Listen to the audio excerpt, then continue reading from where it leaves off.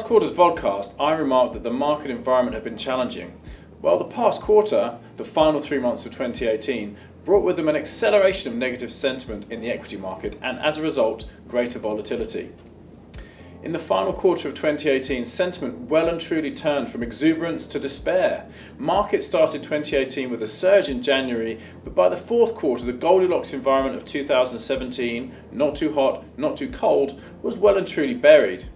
2018's carnage began in China and other emerging markets, followed by developed markets, especially those most exposed to global trade such as Germany, and eventually to the US, which held up well until a disastrous December when the S&P index fell by 9%, taking its return into negative territory for the year. Very few assets produced a positive return in the year, and many equity markets entered bear market territory with falls of 20% and more from the peak. As a result, there were precious few places to hide that would provide genuine diversification to returns over the quarter. Despite the difficulties, we see reasons for optimism looking through 2019, which I will address at the end of this film.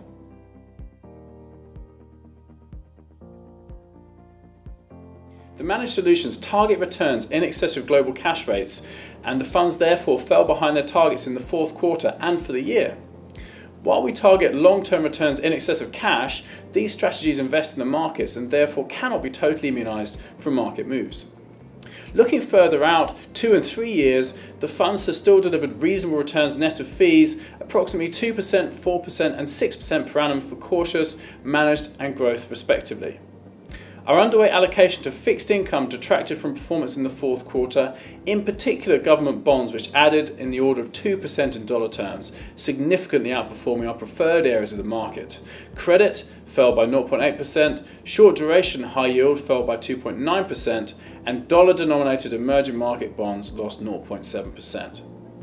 Manager selection within equity was the other detractor, but over the longer term, our underlying managers have performed extremely well in aggregate.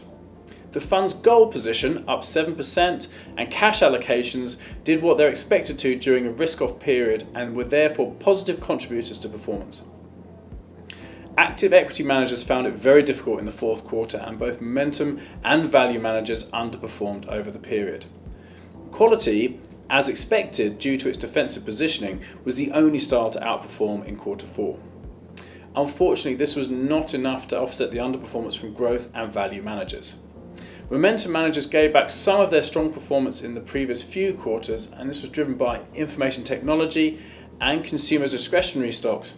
And these were sectors that had done best earlier in the year, and momentum managers still finished the year well ahead of their benchmarks.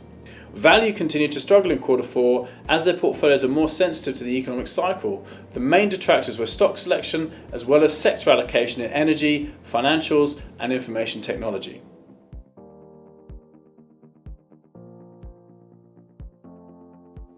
We continue to prefer equity, including listed infrastructure, credit, emerging market debt, and gold in the portfolios. We have a relatively low allocation to core government bonds, but we have been gradually increasing this with yields in the US steadily climbing above 3% over the course of 2018. The sharp retracement in US yields in December means we will again be looking to keep duration short in the funds.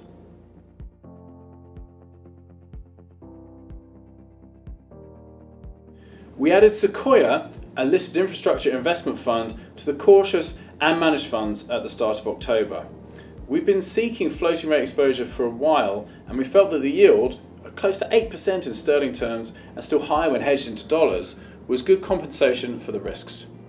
We funded the acquisition from short duration high yield in order to ensure we did not increase the overall portfolio credit risk. Sequoia lent to owners and operators of key infrastructure like bridges, toll roads and ports, and these businesses are not immune to the economic cycle, but nonetheless they are highly insulated given the critical importance of this infrastructure.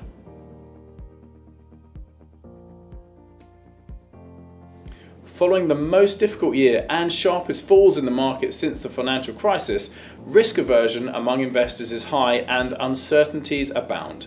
Yet markets have repriced these risks substantially in 2018. All major equity markets fell, yet corporate profits were strong, most notably in the US with growth of over 20%. And this means equity markets offer much more attractive valuations as we enter 2019. In fixed income, the drop in yields of safe haven government bonds in the market rout has reduced their attractiveness, but elsewhere credit spreads have widened substantially in recent months and now provide much improved yields.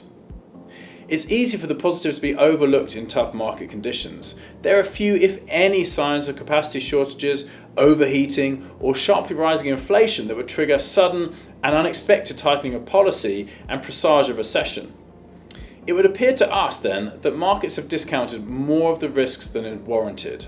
The markets have deteriorated much more than the fundamentals.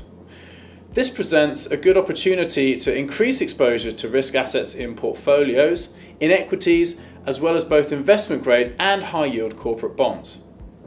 Market moves in the past year have once again illustrated the benefits of diversification, and this will remain vital in the year ahead. We are constructive about risk assets after the falls and see no major deterioration from here in the fundamentals, and in fact anticipate some improvement relative to the market's current gloomy view. That doesn't amount to an unbridled bullish environment, however. We will therefore continue to build our portfolio with true diversification and resilience around a core in equities, making use of the wide range of asset classes which exhibit relatively low correlation with traditional assets, including infrastructure, selected property, gold, liquid alternatives where mandates permit, as well as safe haven bonds, and as and when yields pick up from recent falls. With careful diversification and the conviction to look through the current gloom, 2019 promises to be much improved compared with 2018 and has the potential to deliver at least mid-single-digit returns, albeit with bumps along the way.